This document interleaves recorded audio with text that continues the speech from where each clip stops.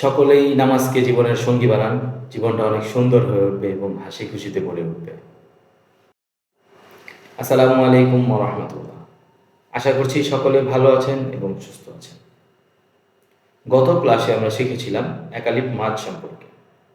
একালিপ মাছের বিভিন্ন প্রকারগুলো আমরা শিখেছিলাম। আজকে আমরা শিখব ৩ আলিফ এবং ৪ আলিফ মাছ সম্পর্কে। ৩ আলিফ মাদের উপরে প্রত্যেকটা কোরআন শরীফেই চিকন চিহ্ন আছে এবং ৪ আলিফ মাদের উপরে মোটা চিহ্ন দেওয়া আছে। এগুলো দেখেই আমরা সহজে চিনতে পারব। আমাদের মাদ আলাদা, আলাদা ভেঙে, ভেঙে নাম জেনে, জেনে আমাদের কোনো কাজে নেই।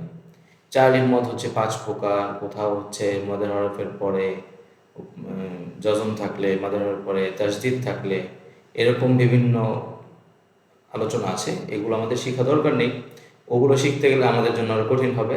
আমরা সহজ করার জন্য বলে দিচ্ছি, উপরে যদি মোটা চিহ্ন থাকে তাহলে ৪ আলিফ হবে এবং যদি উপরে চিকন চিহ্ন থাকে তাহলে ৩ আলিফ হবে। এটা একদম সহজ।